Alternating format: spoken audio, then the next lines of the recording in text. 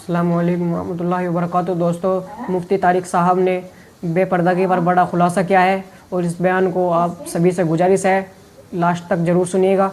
تو آئیے مل کر سنتے ہیں اس بیان کو۔ دوستو، بہت ہی خوبصورت بیان ہے، بہت ہی بڑا خلاصہ ہوا ہے بے پردگی پر، تو دوستو ضرور سنتے ہیں اس بیان کو۔ آئیے، آج ہم نے چوتھا پارہ ختم کیا ہے اور پانچواں بھی ختم کیا ہے۔ سورہ نساء پڑھی ہے ہم نے۔ اس سورت کا نام ہی نساء ہے۔ نساء عربی میں عورتوں کو کہتے ہیں، خواتین کو۔ نسوتن بھی جمع آتی ہے، نساءن بھی جمع آتی ہے۔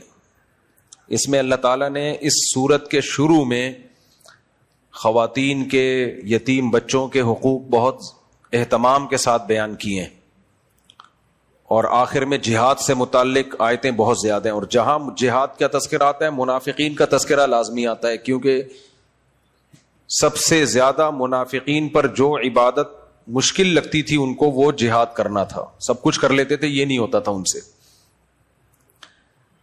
تو شروع میں ہم اللہ تعالیٰ نے جو کچھ احکام بیان کیے ہیں ان کا تذکرہ کرتے ہیں، پھر ہم جہاد کی آیتوں کی طرف آئیں گے انشاءاللہ۔ اور بھی بیچ میں بہت اہم آیتیں ہیں، اللہ کرے یہ ساری آج مکمل ہو جائیں۔ اللہ نے سورت کو شروع کیا، اے لوگو اس رب سے ڈرو جس نے تمہیں ایک جان سے پیدا کیا۔ ہم سب ایک آدم سے پیدا ہوئے ہیں۔ ہم سب کی اصل کہاں جاتی ہے؟ آدم۔ وخلق منہا زوجہا، اور اسی آدم سے اللہ نے ان کی زوجہ کو پیدا کیا۔ یعنی اماں حوا بھی حضرت آدم علیہ السلام کی پسلی سے پیدا ہوئی ہیں۔ حدیث میں اس کی تفصیل ہے۔ آدم علیہ السلام کو گہری نیند سلا دیا گیا تھا، اور پھر آپ کی پسلی لی گئی اور اس پسلی سے اماں حوا کو پیدا کیا گیا۔ پسلی سے پیدا کرنے میں کیا حکمت تھی اللہ بہتر جانتا ہے، لیکن اس سے اتنا ضرور پتا چلتا ہے کہ عورت مرد ہی کا، حدیث میں آتا ہے شقائق الرجال، عورتیں مردوں کے جسم کا ٹکڑا ہیں۔ مرد ہی کے جسم کو توڑ کے اللہ نے عورت کو بنایا ہے۔ اور آپ کو پتا ہے کہ جو جس کی اصل ہوتی ہے نا، وہ اسی طرف جاتا ہے۔ اس سے پتا چلتا ہے کہ عورت کو مرد کی ضرورت زیادہ ہے بنسبت مرد کو عورت کی ضرورت کے۔ اللہ تعالیٰ نے آدم علیہ السلام کو پہلے پیدا کیا اکیلے، وہ کچھ وقت انہوں نے زوجہ کے بغیر گزارا، لیکن ان کی زوجہ کو ان کے بغیر نہیں پیدا کیا ہے۔ سے بتایا کہ عورت مرد کے چھتری میں رہے گی ہمیشہ۔ اور یہ جو فیمنزم دنیا میں پھیلایا جا رہا ہے، اس کی دعوت کی بنیاد یہی ہے کہ عورت کو مرد سے آزاد کیا جائے، حالانکہ عورت کی نیچر مرد سے آزادی نہیں ہے۔ وہ ہمیشہ مرد کی چھاؤں اور چھتری میں رہنا پسند کرتی ہے، یہ اس کی نیچر ہے، بشرطے کہ وہ مرد کا بچہ ہو۔ اس کو شرعی اصطلاح میں کہا جاتا ہے کفو، جوڑ کا رشتہ ہو، یعنی عورت کے لیے اس کا شوہر اس کے پیرلل ہو یا اس سے اونچا ہو۔ ہاں، اس سے کمتر ہوگا پھر نہیں وہ رہے گی۔ آج کل جو شادیاں ہو رہی ہیں ان میں ہسبینڈ جوڑ کا نہیں ہوتا، عام طور پہ لیول کا نہیں ہوتا۔ لیول سمجھتے ہیں کسے کہتے ہیں؟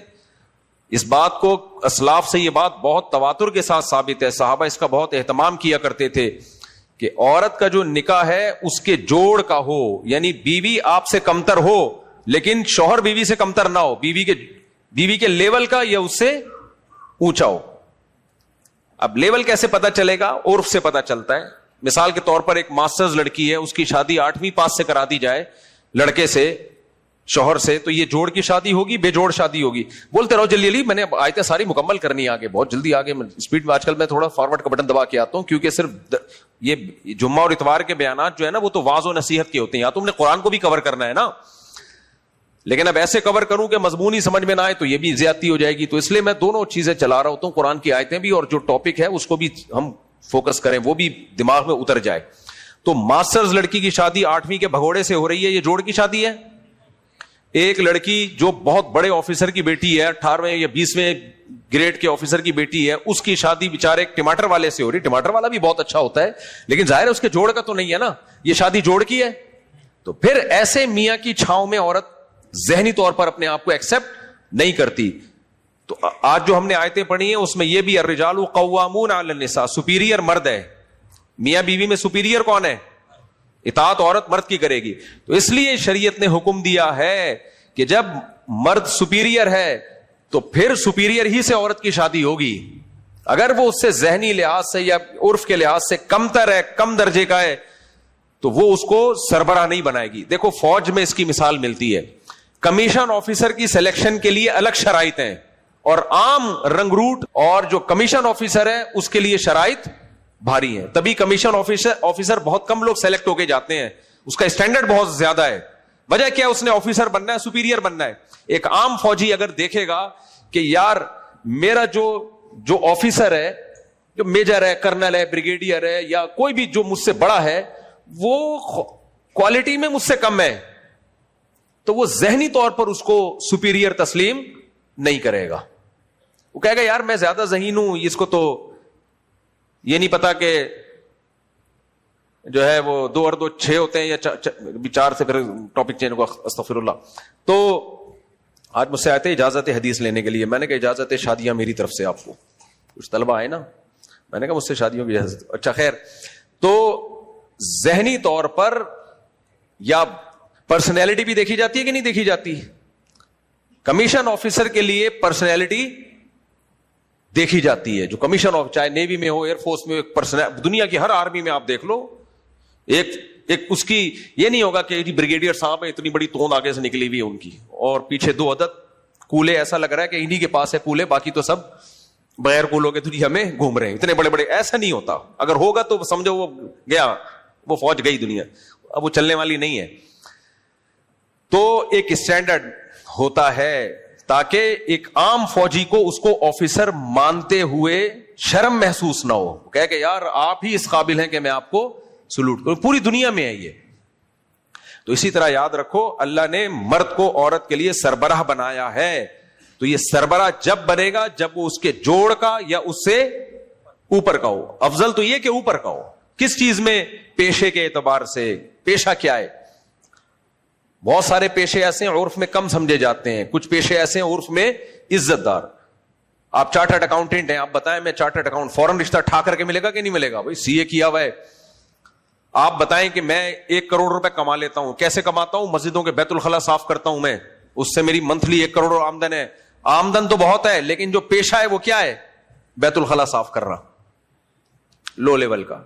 تو ایک لڑکی جو چارٹرڈ اکاؤنٹنٹ کی بیٹی ہوگی, وہ ایک ایسے آدمی کی جو بھنگیوں سے بیچاروں سے پیسے کلیکٹ کرنے کے لیے کرسی ڈال کے باہر بیٹھا ہوا ہے, وہ مینٹلی وہ لیول ہی نہیں ہوگا نا اس کا. یہ میں اتنا زور اس لیے لگا رہا ہوں کہ یہ جو 2-3 شادیوں کا ہماری سوسائٹی میں رواج ختم ہوا ہے نا, اس سے عورت کا کفو میں اس کے جوڑ میں شادی ہونے کا تصور اب ختم ہو گیا, کیونکہ رشتے مارکیٹ سے کیا ہیں؟ شارٹ. جب مرد زیادہ شادیاں کیا کرتے تھے تو شادی کرنے کے لیے مردوں کو عورت نہیں ملتی تھی, تو وہ اپنے سے کمتر کی طرف جایا کرتے تھے, اور عورت اپنے سے برتر کی طرف جایا کرتی تھی. اب سارا نظام کیا ہو گیا ہے؟ الٹا. آج ہم نے جو آیتیں پڑھی ہیں ان میں یہ آیتیں بھی ہیں. اللہ نے سورہ یہ جو 5واں پارہ ہم نے شروع کیا, اللہ نے فرمایا وَمَن لَمْ يَسْتَطِعْ مِنْكُمْ طَوْلًا, آج کی تراویح میں وَمَن لَمْ يَسْتَطِعْ مِنْكُمْ طَوْلًا أَن يَنكِحَ الْمُحْصَنَاتِ الْمُؤْمِنَاتِ, اے ایمان والو اگر تم کسی آزاد عورت سے نکاح کی تم میں طاقت ہی نہیں ہے. پتہ چلا اس زمانے میں ایسے بہت سے لوگ تھے جو آزاد عورت سے نکاح کی ان میں استطاعت تھی نہیں. کیوں نہیں تھی؟ کوئی کرنے کے لیے تیار ہی نہیں تھی. اس لیے کہ جو عام آزاد عورت تھی اس کا اسٹینڈرڈ بہت ہائی تھا. تو بہت سے لوگ صحابہ تابعین کے دور میں ایسے تھے جن کے پاس پیسہ بھی ہے, بیوی بھی نہیں ہے نکاح میں, لیکن پھر بھی کوئی آزاد عورت ان سے نکاح اس لیے نہیں کر رہی کہ اس کو اس سے بھی اونچے اسٹینڈرڈ والے لوگ میسر تھے. میں سمجھا پا رہا ہوں اپنی بات؟ اس کی مثال ایسے ہے کہ حضرت جعفر طیار جب شہید ہوئے, ان کی زوجہ حضرت اسما, تو ان کو نکاح کا پیغام حضرت ابو بکر نے بھی بھیجا, سیدنا علی نے بھی بھیجا. یہ دونوں بڑے بڑے لوگ تھے, خاندانی اعتبار سے بھی, ہر لحاظ سے, لیکن انہوں نے ترجیح دی سیدنا ابو بکر کے نکاح کو. حالانکہ بیوہ تھی, لیکن نکاح پہ پیغام آ رہے ہیں. اور سیدنا علی کا رشتہ ریجیکٹ کیا عمر کم ہونے کی بیس پہ. میں سمجھا پا رہا ہوں اپنی بات؟ کہا میچور جو ہیں ابو بکر ہیں. پھر حضرت ابو بکر کا انتقال ہوا, حضرت علی نے دوبارہ پیغام بھیجا تو پھر انہوں نے قبول کر لیا. تو یہ بیوہ عورتوں کی اس طرح سے وہاں دو دو رشتے آ رہے ہیں, تین تین آ رہے ہیں, وہ سلیکٹ کر رہی ہیں کہ ان میں سے کس سے کرنا ہے ہم نے. آج ایسا نہیں ہوتا کہ بیوہ عورت کے پاس رشتوں کی بھرمار ہو. اگر بھرمار بھی ہوگی تو وہ اس کے اسٹینڈرڈ کے نہیں ہوں گے. جاؤ شادی دفتروں میں جا کے دیکھ لو, اسٹینڈرڈ گیا تیل لینے. آج مرد کر رہا ہے, مرد کی شرطیں لگ رہی ہیں. اب مرد شرطیں لگا رہا ہے, یہ تعلیم ہو, یہ ایجوکیشن ہو, اتنا کماتی ہو, ایسے وغیرہ وغیرہ. تو یہ سارا سیٹ اپ جو الٹا ہوا ہے نا, یہ اس لیے الٹا ہوا کہ ہم نے نکاح طلاق کے حکام اسلام سے لیے اور ایک بیوی پر اکتفا والا نظام ہندوؤں سے لے لیا. تو دونوں سسٹم ایڈجسٹ بولو ہو ہی نہیں رہے. یہ سسٹم ہے, یہ سسٹم نہیں ہے.